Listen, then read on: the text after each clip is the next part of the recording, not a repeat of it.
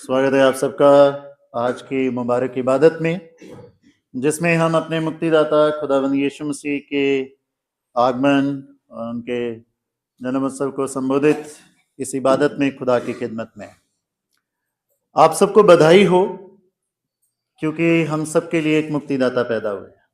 आमीन। और जब वो मुक्तिदाता पैदा हुए हैं, जैसा कि हमने मत्ती की अंजील में पढ़ा है, उसका पहला अध्याय 18 से लेकर के 25 आयत तक और 21 आयत में स्पेसिफिकली कि वे पुत्र जनेंगी और तो उसका नाम यीशु रखना, क्योंकि वह अपने लोगों का उनके पापों से क्या करेगा? उद्धार करेगा, उनके पापों से उनको मुक्ति देगा, उनको छुटकारा देगा। राइट। तो खुदावंद यीशु मसीह उद्धारकर्ता हमारे लिए जन्मा है, मुक्तिदाता हमारे लिए पैदा हुए हैं। तो ऐसा कौन सा मुक्ति है, ऐसी कौन से उद्धार की जरूरत थी जिसको वो लेकर के आए हैं? क्रिसमस सीजन जो फर्स्ट एडवेंट से शुरू हुआ और अब तक हमने फॉलो किया है चुनिंदा कुछ चंद बातों को, कि जब यीशु मसीह इस जहां में आए तो वो कौन सी चीजों को हमारे लिए लेकर के आए। उन सारी चीजों को मैं दोहराना नहीं चाहता हूं, हमने ऑलरेडी मनन किया है उन सारी बातों पर। और आज हम देखेंगे कि खुदावंद यीशु मसीह हमारे लिए एक मुक्तिदाता पैदा हुआ है। ऐसी कौन सी मुक्ति है, ऐसी कौन सा उद्धार था जो ना कि सिर्फ 2025 साल पहले जब वो इस दुनिया में आए जब, बल्कि आज भी जिस उद्धार की, जिस मुक्ति की इतनी जरूरत है, इतनी जरूरत है। आपको बताएं कि दुनिया में ऐसा कोई देश नहीं है जहां पर क्रिश्चियनिटी मौजूद नहीं है। भले ही विरोध होता है, भले ही विरोध होता है, पर कुछ तो बात है क्रिश्चियनिटी में जो सारे संसार में, लगभग हर देश में एक्सेप्ट की जा रही है, लोगों के द्वारा कबूल किया जा रहा है, उसको लोगों के द्वारा उस जीवन में जिया जा रहा है। हाँ ठीक है, विरोध करने वाले तमाम तरह के गलत वो विरोध लगाते हैं, वो कोई बात नहीं, वो लगना ही है। वो यीशु मसीह ने पहले कह दिया था कि लोग झूठी मूठी बातें क्या करेंगे, तुम पर लगाएंगे। दैट्स अ पार्ट ऑफ, मैं तो ये समझता हूँ कि खुदा की सेवकाई में वो भी एक हमारा जिंदगी में एक आत्मिक हिस्सा है जिसका हमने सामना करना है। पर मैं इस बात को देख रहा था यार, वो खुदा की मुक्ति, वो छुटकारा, वो उद्धार की जरूरत तो थी आज, ना कि उस समय, बल्कि आज भी जो लोग कबूल कर रहे हैं। ऐसा कुछ तो है, तो ऐसे क्यों? आप समझ रहे हैं। मैं आज उसी उद्धार की, उसी मुक्ति की बात जो है आपके सामने करने के लिए जा रहा हूं। और पता है खुदावंद यीशु मसीह कौन सा उद्धार लेकर के आए, कौन सी मुक्ति लेकर के आए। सबसे पहली बात ध्यान से सुनिएगा, मैं प्रैक्टिकली कनेक्ट करूंगा कि कैसे वो हमारे जीवनों में लागू होती है। सबसे पहली बात है कि यीशु मसीह खुदा के साथ ना जो रिश्ता टूटा हुआ था ना हमारा, उसको जोड़ने के लिए आए। मैं समझाऊंगा कैसे। देखिए, मत्ती की अंजील पहला अध्याय हमने पढ़ा 18 से 25 आयत तक। 23 आयत में क्या लिखा है? एक कुंवारी होगी, वो गर्भवती होगी, बेटे को जन्म देगी और उसका नाम क्या होगा? इमैनुएल, जिसका क्या अर्थ है? परमेश्वर हमारे। मतलब कि परमेश्वर, एक टाइम था परमेश्वर हमारे संग नहीं थे, तो यीशु मसीह आए इस बात को जोड़ने के लिए कि खुदा अपने बंदों के साथ, खुदा अपनी बनाई कायनात के साथ, खुदा अपने बनाए लोगों के साथ रहे, उनके संग रहे। ये कॉन्सेप्ट ब्यूटीफुली हम इस बात से समझ सकते हैं। आपको पता है, जब आदम और हवा को बनाया, और जब आदम और हवा को खुदा क्या करने आते थे? डेली मिलने आते थे। राइट। तो जब मिलने आते थे, जब आदम और हवा ने पाप कर दिया, खुदा से क्या हो गया? रिश्ता टूट गया। पाप करने के बाद जब खुदा मिलने आए आदम को, तो क्या कहा था खुदा ने? पाप हो गया, इनको पता चल गया कि वी आर नेकेड। तो ये कहां थे? छिपे हुए थे। खुदा मिलने आया, खुदा ने क्या कहा?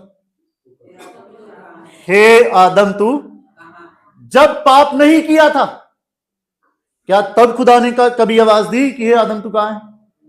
आप मेरी बात को समझ पा रहे हैं? जब तक पाप नहीं किया था खुदा को जरूरत नहीं पड़ी ये बात बोलने की कि ये आदम वो कौन सा फ्रूट खा रहा है भाई, कहां है, नहीं है ना, वो अदन की बाग में था ना, अदन की वाटिका में था, ऐसी जरूरत ही नहीं थी क्योंकि जब तक पाप नहीं था खुदा उनके साथ था, खुदा उनके संग था, खुदा को भी जरूरत नहीं थी ये पुकारने की कि भाई कहां है। आप समझ रहे हैं मेरी बात को? मतलब कि जैसे ही पाप किया खुदा को भी ये जरूरत पड़ गई क्या बोलने की, हे आदम भाई कहां है। वो रिश्ता टूट गया था, वो रिश्ता टूट गया था। भले ही उसके बाद उस पाप की जो रिजल्ट था उसका प्रोनाउंसमेंट जो खुदा ने करी, आदम तू मेहनत करेगा, हे नारी तुझे इस पीड़ा से गुजरना पड़ेगा एंड ऑल दोज थिंग्स, पर उस रिजल्ट के साथ साथ भी खुदा ने एक बात कही थी, वहां पर आप पढ़ेंगे तो एक बात आई थी कि स्त्री में से ही एक पैदा होगा जो इस सांप के सिर को क्या करेगा। वही रिस्पॉन्सिव रीडिंग पढ़ी आज हमने, क्योंकि उसने क्या किया था, खुदा और खुदा की बनाई कायनात के रिश्ते को तोड़ दिया। अब आज भी तो तोड़ रहा है, पर खुदावन यीशु मसीह वो उद्धार बन के आए, वो मुक्ति बन के आए कि मेरा और आपका रिश्ता खुदा के साथ क्या हो। देखो मैं और भी प्रैक्टिकली तौर पर आपको समझाता हूं, ध्यान से सुनिएगा। यूहन्ना की अंजील 4 अध्याय शायद बहुत लोग आपने बहुत बार पढ़ा होगा, यहां वहां पर जिक्र योग है एक सामरी स्त्री। आपको पता है इजरायली लोग सामरियों से नफरत क्यों करते थे? अच्छा सामरी थे कौन पहले तो ये बता, नहीं बता, नहीं बता, सुनो ध्यान से। जब खुदा बाप मूसा की अगुवाई में इजरायलियों को मिस्र से निकाल के लाए, ध्यान से सुनते रहना, ध्यान से सुनना। जब इनको निकाल के लेके आ गए, यरीहो से इनकी एंट्री हुई कनान देश में, राइट। कनान देश में न्यायों की किताब में हम पढ़ते हैं कि इनकी सेटलमेंट हुई। जब इनकी सेटलमेंट हुई, ध्यान से सुनिएगा, ध्यान से सुनिएगा, जब इनकी सेटलमेंट हुई तो बहुत लोगों ने, खुदा ने कहा था कि तुम्हारे दरमियान, तुम्हारे बीच जितने भी अन्य जाति के लोग हैं उनको बाहर निकाल दो, जब जरूरत पड़ी तो उनको मारा भी। और खुदा का एक हुक्म था कि इनमें से कोई भी तुम्हारे बीच नहीं रहना चाहिए। पर इन्होंने क्या किया, अब कुछ लोगों को इन्होंने, न्यायों की किताब में पढ़ लेना, ये दर्ज है, ये दर्ज है, न्यायों की किताब में लिखा है, कुछ जो लोग थे ना उन्होंने पता क्या किया, अरे यार इनको रख लो, अपने जो पशु है ना इनको चारा वारा डालने के काम आएंगे, अपने जो घर के काम है ना उनको करवाने के ये काम। ध्यान से सुनो, हम बहुत दफा छोटी छोटी चीजों को इग्नोर करते हैं और वो हमारे लिए कब नासूर बन जाए हमें खुद भी नहीं पता चलता। सुनते रहना ध्यान से, किस छुटकारे की जरूरत पड़ी कि यीशु मसीह को देहधारी रूप लेकर के आना पड़ा। ध्यान से सुनते जाना। अब जब उनको रख लिया, बाहर नहीं निकाला, खुदा ने भी कुछ नहीं कहा, खुदा कहता कुछ नहीं है ना। वो एक पंजाबी में, हिंदी में भी शायद, खुदा की लाठी में आवाज, पर वो उसकी जो उसका जो शोर है ना वो सबको सुनाई देता है। अब खुदा ने कहा ठीक है करी जाओ, जो करना है करते रहो, जो करना। बात यहां तक बढ़ गई कि इजरायलियों के बच्चों को उनकी बेटियां और इजरायली की बेटियों को उनके बेटे पसंद आने लगे, जैसे आज भी होता है। शादियां हो गई, उनसे जो औलाद हुई, अब प्रॉब्लम थी कि इनको क्या कहें।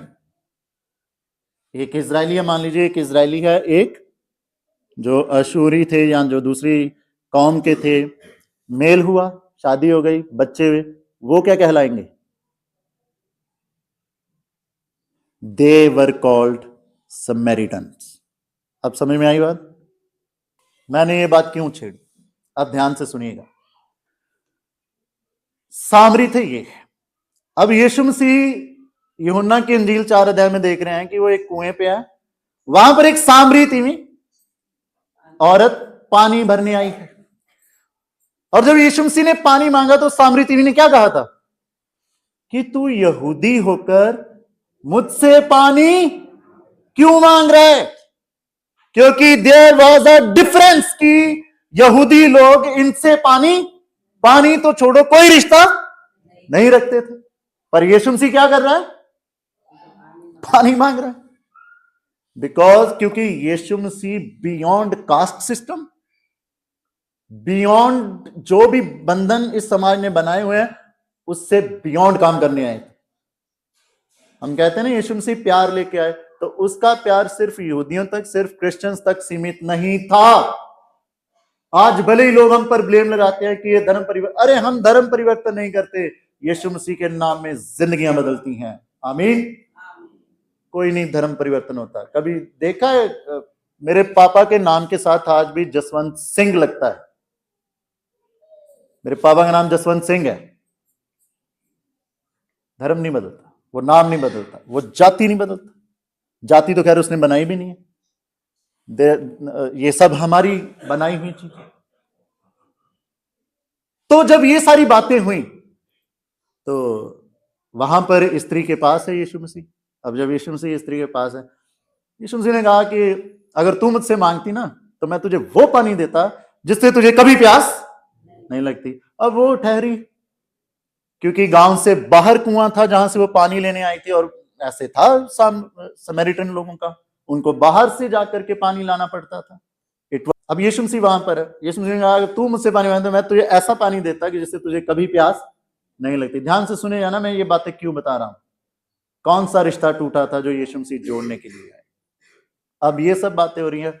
जब ये सब बातें हुई, जब आप यूहन्ना की अंजील उसका 4 अध्याय 23 आयत पढ़ोगे तो पता यीशु मसीह ने एक बात समैरिटन इस लेडी को एक बात कही थी कि देख वो टाइम आता है। इस लेडी ने यह कहा था कि हम इस लायक नहीं हैं कि खुदा की इबादत में आगे बढ़ सकें, पर यीशु मसीह ने कहा देख वो समय आता है जब खुदा उन लोगों की खोज में है जो रूह और सच्चाई से उसकी क्या करते हैं, और वो बियॉन्ड जाति। आप समझ रहे हैं? आपको पता पंजाब में आज मोस्ट जो इफेक्टेड पास्टर है वो है अंकुर नरूला। लाखों, मैं कहता हूं, मैं उस बंदे के लिए हमेशा मेरी दिली प्रार्थना रहती है वो बंदा कायम रहना चाहिए। अगर वो बंदा कायम रह गया ना, मैं यहां से बोल रहा हूं 10 से 20 साल में आधे से ज्यादा पंजाब मसीहियों का हो जाएगा। खुदा अपने उस बंदे, और वो पता कौन है, वो ब्राह्मण है, वो खत्री परिवार से कन्वर्टेड है। मैं ये बात क्यों बोल रहा हूं, लोगों के ना रिश्ते खुदा से टूटे हुए थे, यीशु मसीह आए, उन्होंने जोड़ा। मत सोचिएगा कि हम जो बाप दादाओं से क्रिश्चियन हैं खुदा हमें ही अपनी, सिर्फ हम ही वो हैं जिनको वो बहुतायत से इस्तेमाल करेगा। जो भी यीशु मसीह ने कहा जो भी रूह और सच्चाई से उसकी भक्ति में लगे रहेंगे खुदा उनको बहुतायत से अपनी महिमा के लिए इस्तेमाल, और वो कोई भी हो सकता है, वो कोई भी हो सकता है। खुदा इस मुक्ति को लेके आए जो जहनों में बंधे हुए थे ना वो इजरायलियों के, कि हम ही हैं। एक और बंधन की बात मैं आपके साथ करता हूं आज। एक हवाला आपने बड़ा ही अजीबोगरीब देखा होगा कि ये क्रिसमस के साथ कैसे रिलेटेड है। वो हवाला हमने पढ़ा उत्पत्ति की किताब उसका 11 अध्याय उसकी 27 आयत से लेकर 32 आयत तक। क्या है उस हवाले में? सिंपल वंशावली किसकी? इससे पहले कि मैं एक सवाल पूछ रहा हूं, खुदा ने अब्राहम से क्या वायदा किया था? खुदा ने एक वायदा किया था अब्राहम से कि मैं तुझे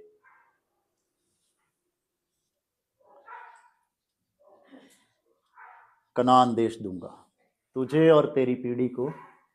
कनान देश ही क्यों? इंडिया क्यों नहीं कहा? पाकिस्तान क्यों नहीं कहा? यहां मतलब अमेरिका क्यों नहीं कहा? और इसका जवाब बाइबल में है। कभी आया ये जहन में सवाल? खुदा ने अब्राहम को कहा कि मैं तुझे कनान देश, तुझे और तेरी पीढ़ी को, तेरी औलाद को, जो रेत के किनके के समान, जो तारों की मानिंद होगी, उनको दूंगा। वहां दूध और शहद की नदियां बहती, वो दूंगा। वो कौन सा देश है? कनान। यही देश क्यों दूंगा? अब सारा सेटअप समझिए, सारा सेटअप समझिए। अब बाइबल की और मत देखो, मुझे देखो। अब मैं बता रहा, जब फ्लड आया, जब जल प्रलय आई, जल प्रलय आई, पूरी दुनिया नाश हो गई, कौन बचा? नूह बचा। ठीक है, नूह के कितने बेटे थे? नाम बोलिए। शेम, हाम और येपेत, यही है। फ्लड के बाद जब जल प्रलय खत्म हो गई, ये अपने परिवार के साथ बचा। नूह जो था धरती पर यही बचा। अब नूह ने एक काम किया था। जब आप 9वां अध्याय 10वां अध्याय पढ़ेंगे, 8वां 9वां और 10वां अध्याय, तो आप देखेंगे नूह ने क्या किया था।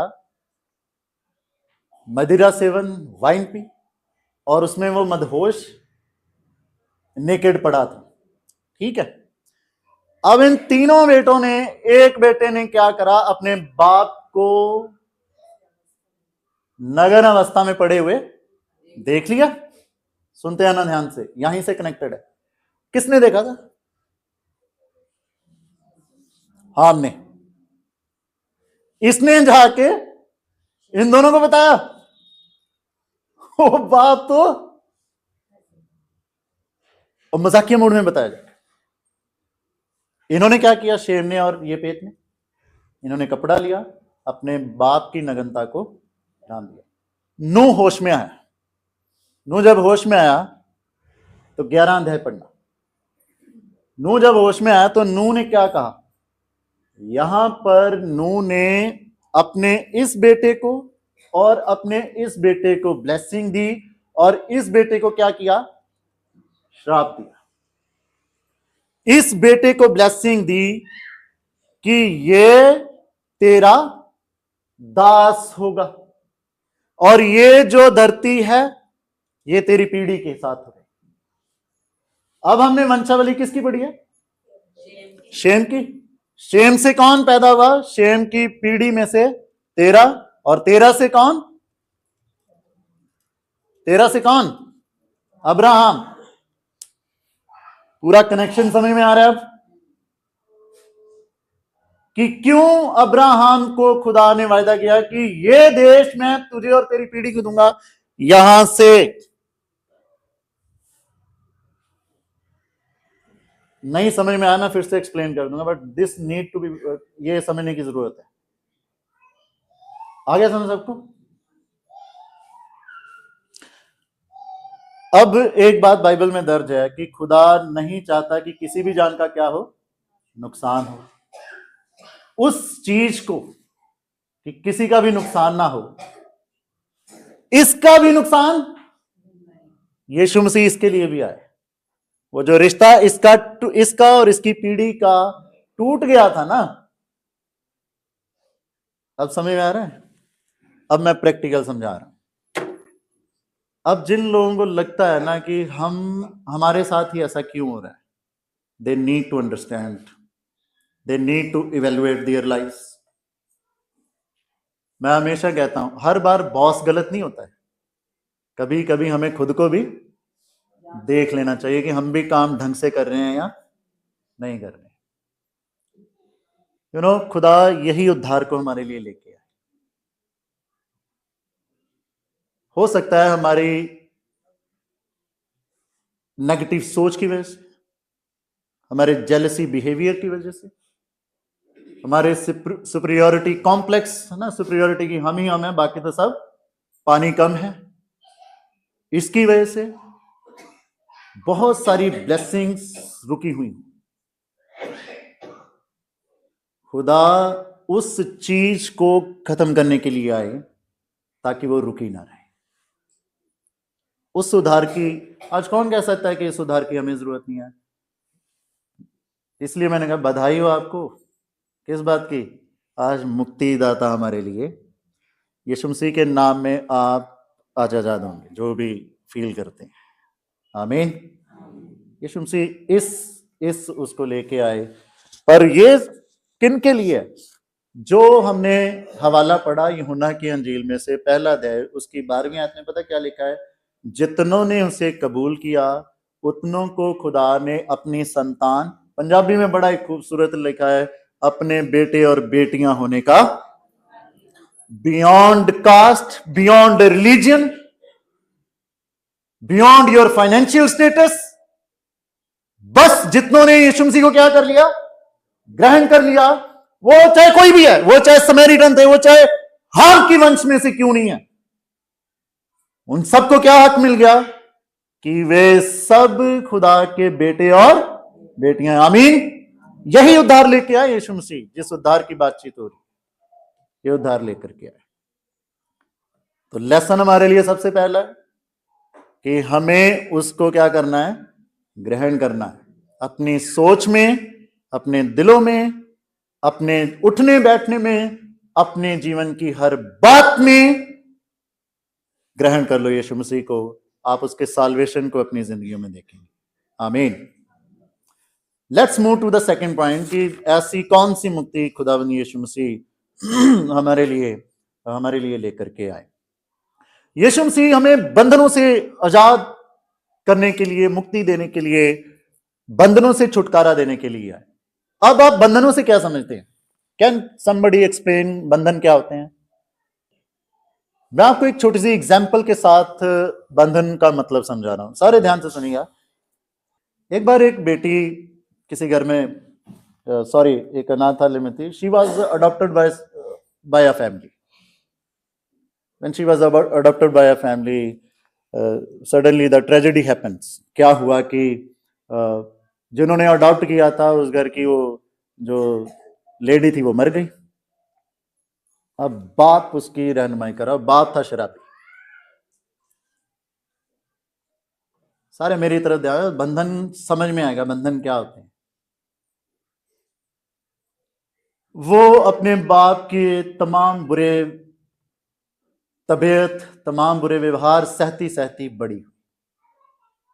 Even she was harassed by her father. अपने बाप के द्वारा भी वो हरेस की गई। थोड़ी बड़ी हुई, कैसे तैसे स्कूल में गई।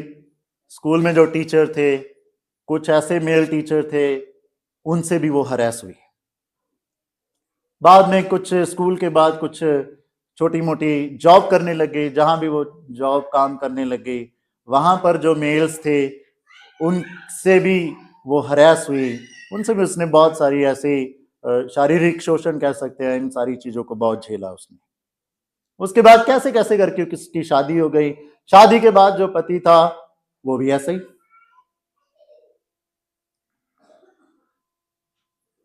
पति मर गया कुछ समय बाद। अब वो विडो है। विडो का समाज में रहना बहुत,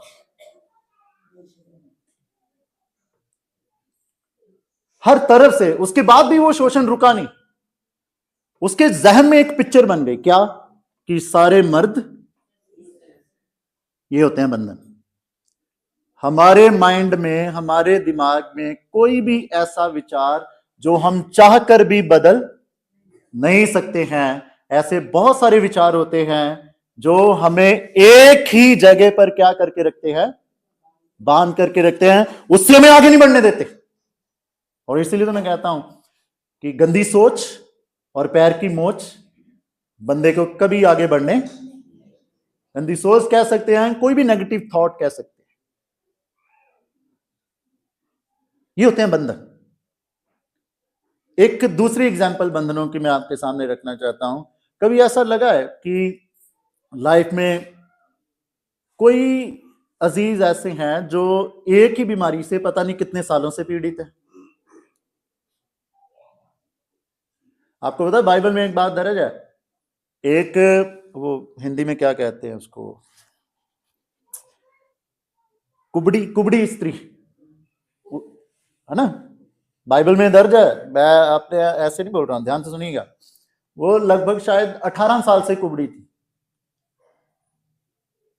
और जब वो खुदावंद यीशु मसीह के टच में आई ना, खुदावंद यीशु मसीह के कांटेक्ट में आई, तो खुदावंद यीशु मसीह ने जब उसे चंगा किया, तो खुदावंद यीशु, आप वहां पर पाएंगे, खुदावंद यीशु मसीह जब उसे चंगा करने जा रहे हैं, तो उस लेडी में से एक ऐसी दुष्ट आत्मा निकली जिसने उसको इस रोग से पकड़े हुआ था। ये लिखा है बाइबल में। आप मेरी बात को समझ पा रहे हैं? ये वो स्टेट ऑफ हमारी जिंदगी का वो स्टेट होती है जब हमें कहीं भी किसी भी तरफ से कोई छुटकारा नजर नहीं आ रहा होता।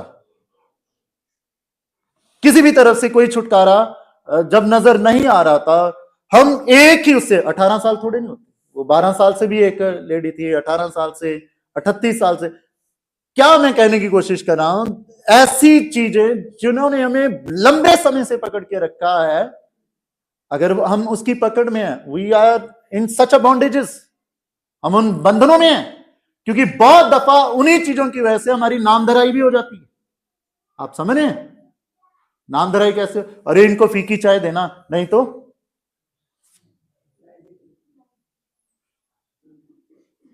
आप समझ रहे हैं? यही होती है नामधराई, कि जुड़ गया नाम से, कि इनको ये चीजें, ये इस उसमें फंसे हुए हैं। और खुदावंद यीशु मसीह ऐसे ही बंधनों से तो आजाद करने के लिए आए। जो आज की इबादत की शुरुआत में एक पढ़ा गया, वो लूका 4:18, उसमें क्या लिखा है कि मेरा अभिषेक हुआ कि जो कुचले हुए हैं, जिनको कोई रास्ता नजर नहीं आता, मैं उनको क्या करूं, जाके उनको छुड़ा। और जब यशायाह नबी की किताब आप 9 अध्याय पढ़ेंगे, वहां पर भी भविष्यवाणी है कि जो लोग अंधेरे में थे, उन्होंने बड़ी रोशनी को देखा। मैं, मेरे अजीजों, आज यहां पर इसी गॉस्पल के साथ खड़ा हूं, खुदा के रहम के साथ, कि जिनको भी लगता है ना कि हम इस बंधन में, इस अंधकार में हैं, आप यीशु मसीह के नाम में आजाद होने वाले हैं। आमीन, आमीन।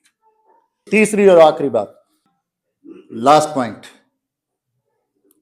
आपको पता है खुदावंद यीशु मसीह हमें अंधकार से बाहर निकालने के लिए, ध्यान से सुनिएगा। मैंने पहले भी बताया है आपको कि पुराने नियम की आखिरी किताब और नए नियम की पहली किताब, ये इसमें कम से कम 400 से 450 साल का टाइम डिफरेंस है। और ये 400 से 450 साल तक कोई डिवाइन इंटरवेंशन नहीं थी। इज़राइल में ना किसी को कोई खुदा के फरिश्ते ने आकर के कोई संदेश दिया, ना कोई इस टाइम नबी हुआ। आप पता कैसे कनेक्ट कर सकते हैं? पादरी हेमंत साहब के पास बात जाने के बाद कितने टाइम तक यहाँ कोई पादरी साहब नहीं था? लगभग 3-4 महीने। हालात देख लिए थे। अगर कोई कलीसिया में कोई पादरी ना हो, आप समझ रहे हैं, 400 से 450 साल तक कोई खुदा का नबी नहीं उठा जो उनको बताए खुदा की बात। कलीसिया में लोग कितने भी पढ़े लिखे हों, पर फिर भी सुनना पादरी कोई क्यों? बात समझ में आ रही है? There was a darkness period, उस समय अंधेरा था चारों तरफ। लोग भले ही फ्लरिश थे, पर क्योंकि लोगों की जिंदगियों में खुदा की कोई हीलिंग, खुदा का कोई डिवाइन मैसेज, ऐसी बात नहीं थी। और जब हमारी जिंदगियों में खुदा की कोई कुदरत काम ना कर रही हो ना, तो जिंदगी अंधकार से कम नहीं होती। जिंदगी अंधकार से कम नहीं होती। कोई रास्ता नजर नहीं आना, कोई चीज नजर नहीं आना। और यही तो था, मैं एक एग्जांपल दे रहा हूं बाइबल में से। जो बंदा वहां पर उस कुंड में पड़ा हुआ था तकरीबन 38 साल से, जब खुदा ने उसे पूछा खुदा यीशु मसीह ने उसे कहा, मैं क्या करूं तेरे लिए, ये तू चंगा होना चाहता है? तो उसका जवाब क्या था? उसका जवाब ये था कि हे प्रभु, मेरा मेरा कोई नहीं कि जब ये पानी हिलाया जाए तो मुझे वहां पर उतारे और मैं क्या पाऊं, जिंदगी पाऊं, मैं ठीक हो जाऊं।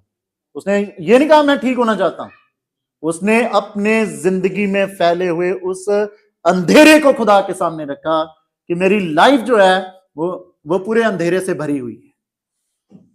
हु विल कम, कौन आएगा जो मेरी जिंदगी में फैले इस अंधेरे को दूर कर सके? वहां पर मैटर सिर्फ उसके ठीक होने का नहीं था, उसकी जिंदगी में उसको कोई नजर नहीं आ रहा था कि कोई उसका है भी। Sometime we feel in such अ वे। कई बार हमारे हालात ऐसे होते हैं, रिश्तेदार भाई बहन होने के बाद भी, आप समझ रहे हैं मेरी बात को? बहुत बार ऐसे होता है। और खुदा यीशु मसीह ने वहां पर अपनी रहमत को उसकी जिंदगी में बयां किया कि तेरी जिंदगी का अंधकार ही दूर करने के लिए तो यीशु मसीह आए हैं। आज हमारी लाइफ में भी कोई भी अंधकार हो सकता है। खुदावन यीशु मसीह उस अंधकार को दूर करने के लिए मेरे अजीजों आए। मुझे नहीं पता यहाँ पर हम जितने भी अजीज बैठे हैं, क्योंकि मुझे इतना पता है हर घर का अपना अलग दुख है, हर परिवार का अपना एक अलग दुख है, एक अलग परेशानी है। कई बार लोग हमें चेहरे से बड़े खुश नजर आते हैं, पर दिलों में बड़ी दर्द को और बड़ी पीड़ा को लेकर के बैठे होते हैं। वो पीड़ा जो सुनने के लिए कोई नहीं है, वो दर्द जिसको समझने के लिए कोई नहीं है। ऐसी सिचुएशन जिसमें वो अपने आप को सब होने के बाद भी अकेला, है ना, अकेला पाते हैं। If we are going through such a state in our lives, let me tell you, the gospel is here for all of us. वो खुशखबरी हम सबके लिए है। और वो खुशखबरी पता क्या है? वो खुशखबरी ये है जो आज की इबादत के शुरुआत में वचन पढ़ा गया कि खुदावंद यीशु मसीह ने कहा, मेरा अभिषेक इसलिए हुआ है ताकि जिनको कुछ नहीं दिखता है उनको दृष्टि का सुसमाचार दूं, जो दबे हुए हैं, जो कुचले हुए हैं, उनको छुड़ाऊं, उनको आजाद करूं। और जब ये वचन खुदा का हमारी कलीसिया के लिए, हम सब के लिए आया है, तो हमारा रिस्पांस क्या होना चाहिए? हमारा रिस्पांस पता क्या होना चाहिए? जो रिस्पांस माता मरियम का था। आप सब अपनी आंखें बंद करें, आप सब अपनी आंखें बंद कीजिए और दुआ की हालत में मेरे साथ बने रहिए और अपनी जिंदगियों में इंट्रोस्पेक्ट कीजिएगा।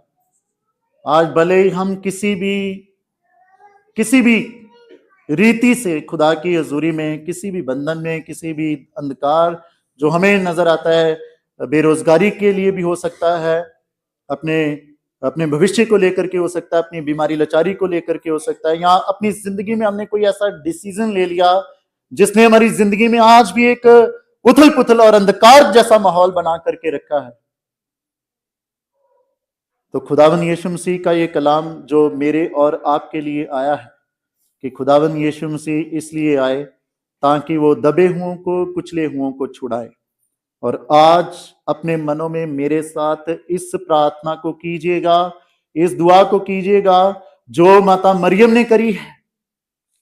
क्योंकि जब वचन उसके पास गया तो उसने बहुत ही आत्मिक रीति से एक रिस्पांस किया, जो रिस्पांस आज मुझे और आपको करना है। और वो रिस्पांस माता मरियम ने कहा, मैं तेरी दासी हूं। अपने दिलों में इस प्रार्थना को कीजिए कि हे प्रभु, हम तेरे बच्चे हैं, हम तेरे दास, हम तेरे अपने हाथों से बनाए हुए तेरी अपनी रचना है। बाप, हमारे साथ तेरे वचन के अनुसार हो। हम भले अपनी बीमारी से, अपने किसी डिसीजन जो गलत हो गया डिसीजन, उसकी वजह से आज दबे हुए हैं, हे प्रभु हमारी नजात का बाहिश बन। और तेरा बेटा जिसको इस पूरी दुनिया की नजात के लिए आपने भेजा, अपने दास के साथ अपने वचन के अनुसार करे बाप। इस प्रार्थना के साथ अपने दिलों को हलीम कर। हे पिता परमेश्वर, मैं तेरा बंदा प्रभु जी इस वक्त इस पूरी जमायत को, बच्चे बुजुर्ग और नौजवान जो तेरे सामने हैं बाप, खुदावंद खुदा अपने हाथों को इनके लिए फैलाता हूं पिता। अपनी दया अपने सब बच्चों पर करे बाप, और जिस मकसद के लिए आपने अपनी मोहब्बत को जाहिर करते हुए अपने बेटे को प्रभु जी हमारी नजात, हमारी मुक्ति, हमारे उद्धार के लिए भेजा पिता परमेश्वर, वो उद्धार को आज एक एक बशर अपनी जिंदगियों में रिसीव करें पिता परमेश्वर, और आपके वचन के मुताबिक सचमुच प्रभु जी अपने वचन के अनुसार पिता परमेश्वर जी हमारे साथ करें कि हमें आजाद करके यीशु मसीह की मुक्ति का बाहिश बनाए। थैंक यू लॉर्ड, आपकी उस मुक्ति के लिए जो हम पर जाहिर हुई है। थैंक यू लॉर्ड कि आपने अपने बच्चों की हर अर्ज को सुना है जो जायज है बाप आसमान, और अपने बच्चों को मुक्ति दे रहे हैं। इन सारी बातों के लिए आपका धन्यवाद करते हुए इस प्रार्थना को हमारे मुक्तिदाता खुदावंद यीशु मसीह के नाम से मांगते हैं, आमीन। खुदा आप सबको बहुत आशीषित करे।